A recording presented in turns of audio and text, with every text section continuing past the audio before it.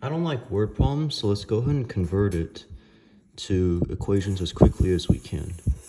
So when I see the words varies inversely with, I just write equals k divided by. Divided by how much? Divided by y squared.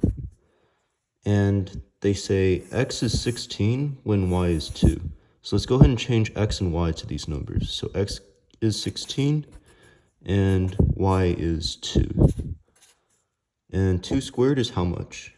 Well, it's just 2 times 2. So this becomes k over 4.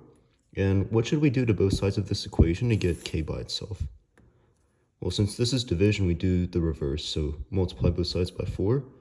So 16 times 4 is 64, and this just becomes k. So we know that k is 64.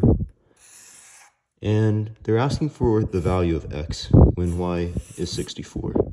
So we're going to use this formula again, but we already know what k is. K is how much?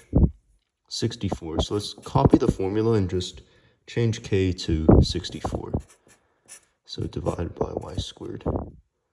Okay, so we don't know the value of x, but they say y is 64. So let's go ahead and change y here to 64. So 64 over 64 squared. Well, 64 squared is just 64 times 64. 64 times 64. What can we do to simplify this fraction? So there's 64 on top, 64 on bottom. We can just cross both of them out and change them to ones.